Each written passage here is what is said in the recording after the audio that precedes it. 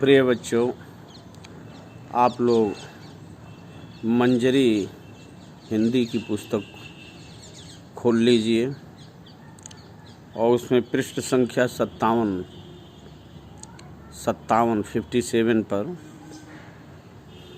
कविता लिखी हुई है। कविता का शीर्षक है पहरुए सावधान रहना।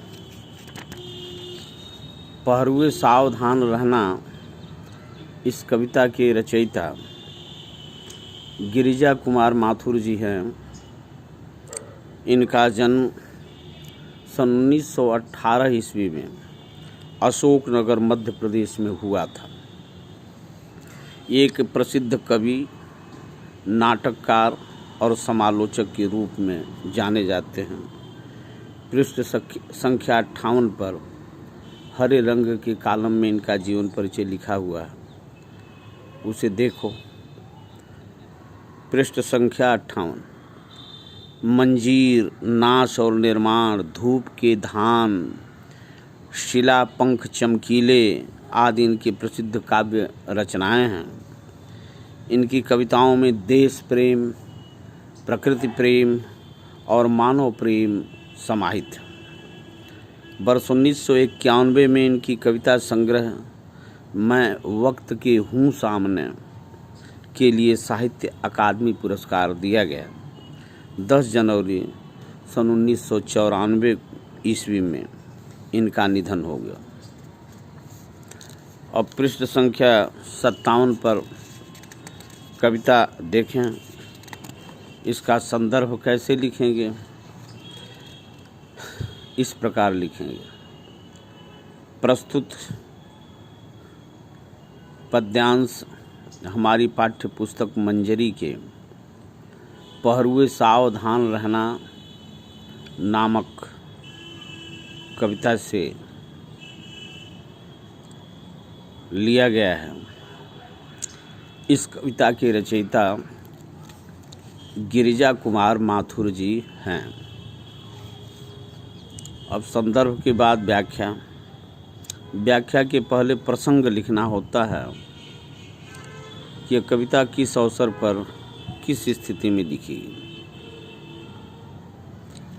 जैसा कि कवि के जीवन परिचय से ही ये समझ में आया कि इनका जन्म सन 1918 ईस्वी 15 अगस्त सन 1947 को देश आज़ाद हुआ और हम लोग 15 अगस्त को स्वतंत्रता दिवस के रूप में प्रतिवर्ष मनाते ही हैं। तो सन 1947 में आज़ादी पाने की बहुत पहले सन 1918 में ही पैदा हुए थे और स्वतंत्रता प्राप्ति का आंदोलन और बलिदान ये सब इन्होंने अनुभव किया था। तो कवि ने आज़ादी पाने के बाद देश के रक्षकों, सिपाहियों और फौजी जवानों और सीमा पर देश की रक्षा करने वाले पहरेदारों को देश की सुरक्षा और देश के नवनिर्माण के लिए प्रेरित किया। आज जीत की राह पहरुए सावधान रहना, खुले देश के द्वार पहरुए अचल दीपक समान रहना। कविवर माथुर जी कहते हैं 15 अगस्त 1947 की रात को कि आज जीत की रात है।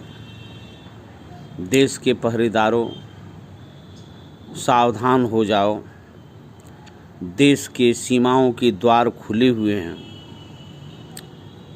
उन द्वारों पर, बॉर्डर के उन द्वारों पर अचल अटल निष्कंप दीपक के समान खड़े रहना और देश की सावधानी से रक्षा करना।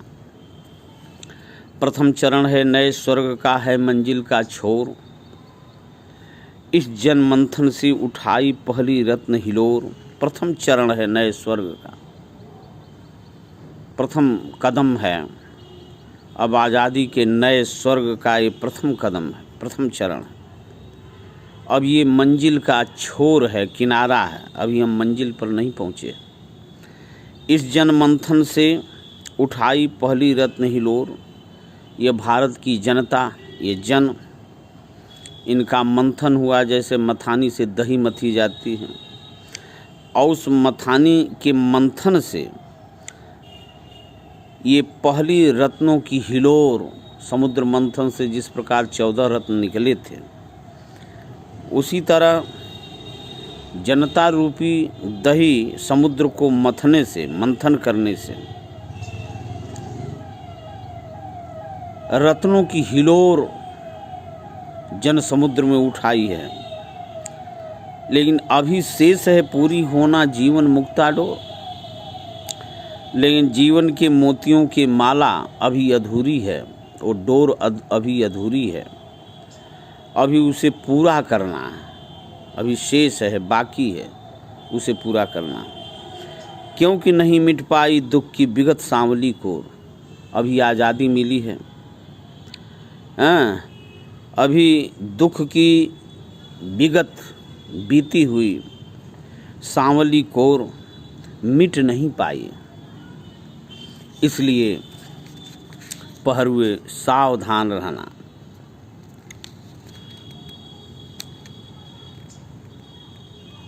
अभी किनारा नहीं मिल पाया। ले युग की पतवार बने अम्बुधि, अम्बुधि का अर्थ होता है समुद्र, सागर। युग की पतवार लेकर, नाव में पतवार बनी होती है नाव चलाने के लिए, युग की पतवार अपने हाथों में लेकर समुद्र की तरह महान बड़ा बने रहना और अपने देश की दिशा को, धारा को आगे बढ़ाना, विकास की तरफ ले जाना। ऐ पहरेदारों, सावधान रहना, देश की रक्षा करना आप सबका कर्तव्य है। विषम श्रृंखलाएं टूटी हैं, किताब में गौर से देखो। विषम श्रृंखलाएं टूटी हैं, खुली समस्त दिशाएं, विषम उबड़ खाबड़ टेढ़ी मेढ़ी श्रृंखलाएं, कड़ियाँ हथकड़ियाँ टूट गई और सारी दिशाएं, समस्त दिशाएं खुल गईं। आज प्रभंजन बनकर चलती युग वंदिनी हवाएं, आज ऐसा समय आ गया है कि युगों से बंद हुई हवाएं आज प्रभंजन बनकर, आंधी बनकर चल पड़ी। प्रश्न चिन्ह बन खड़ी हो गईं यह सिमटी सीमाएं, और ये सिमटी हुई देश की सीमाएं, बॉर्डर, अब ये प्रश्न चिन्ह बनकर खड़ी हो गई। आज पुराने सिंहासन की टूट रही प्रतिमाएं, 2-250 वर्षों तक अंग्रेज़ों ने इस देश पर शासन किया। अब उनका पुराना सिंहासन और उसकी प्रतिमाएं टूट रही हैं।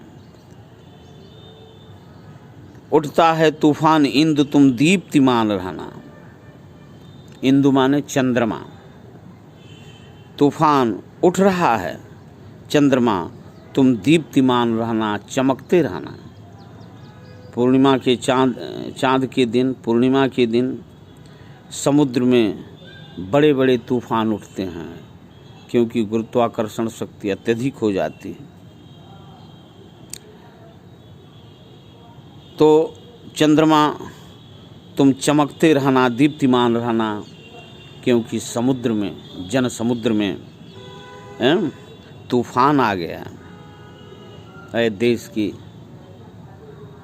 नौजवान कर्णधारों, पहरेदारों, सिपाहियों, फौजियों, आप लोग सावधान रहिए और देश की रक्षा कीजिए। ऊंची हुई मसाल हमारी आगे कठिन डगर है, शत्रु हट गया लेकिन उसकी छायाओं का डर। हमारी आज़ादी की मसाल ऊंची हो गई है, लेकिन आज़ादी मिलने के बाद भी आगे डगर कठिन है, रास्ता कठिन है। शत्रु हट गया है लेकिन उसकी छायाओं का डर है। दुश्मन हट गया है, यहाँ से चला गया है, लेकिन उसकी छाया का डर अभी भी बना हुआ है। शोषण से मृत है समाज, कमज़ोर हमारा घर है। हजारों वर्ष तक मुस्लिम शासकों ने इस देश पर शासन किया। अंग्रेज शासक 250-300 वर्षों तक शासन किए और वो हमारी भारतीय जनता का तन मन धन हर प्रकार से शोषण करते रहे, उन पर अत्याचार करते रहे। और उस शोषण और अत्याचार से भारतीय जनता की आत्मा कुचल गई, समाज मर गया। तो उस मरे हुए मृत समाज को शोषण से मुक्त कराना है और उस शोषण से पुराने राजा और उनके कर्मचारियों अधिकारियों के शोषण से हमारा समाज मृतक के समान हो गया है, मर गया है। हमारा घर बहुत कमज़ोर हो गया है। यह देश, यह भारत माता जिसे सोने की चिड़िया कहा जाता था, लेकिन सबको विदेशी लूट ले गए। हमारा घर कमज़ोर हो गया है, किंतु आ रही नई जिंदगी यह विश्वास अमर है। कवि महोदय कहते हैं कि अब नई जिंदगी आ रही है, यह हमें अमर विश्वास है। जन गंगा में ज्वार लहर तुम प्रवाह मान रहना। कविवर कहते हैं कि जनता रूपी गंगा में ज्वार आ गया, लहरें ऊंची ऊंची उठ रही हैं, सैलाब आ गया है और ऐ लहर तुम फिर भी बहते रहना। देश को विकास के पथ पर निरंतर आगे बढ़ते रहना है। इसलिए ऐ मेरी मातृभूमि की पहरेदारों, ऐ मेरे कर्णधारों, नौजवानों, आपके कंधों पर देश की रक्षा का गंभीर दायित्व है। निरंतर सावधानी से देश की सीमाओं की रक्षा करते रहिएगा। हमारी आप सबके सुख समृद्धि के लिए हार्दिक शुभकामना है, स्वास्थ्य के लिए हार्दिक शुभकामना है। बच्चों, कल इस कविता के प्रश्नों का उत्तर बताया जाएगा और इसे होमवर्क के रूप में अपनी विद्यालय की हिंदी की कॉपी पर विधिवत लिख लेना। मैं बार बार कह रहा हूँ, सभी पर्यायवाची शब्द, तद्भव, तत्सम, विलोम, मुहावरों और लोकोक्तियों का अर्थ और उनका वाक्य प्रयोग, ये सारी चीज़ें अपने होमवर्क में पढ़ाए गए पाठों का प्रश्न और उत्तर भी लिखना आवश्यक है। और कोशिश करो घर में बैठे बैठे कि भारत के महान व्यक्तित्व नामक जो पुस्तक है, उसमें एक एक महान व्यक्ति हुए हैं, महिलाएं हुई हैं, पुरुष हुए हैं, उन महान लोगों का जीवन परिचय, पूरी कहानी पढ़ने का बार बार प्रयास करो।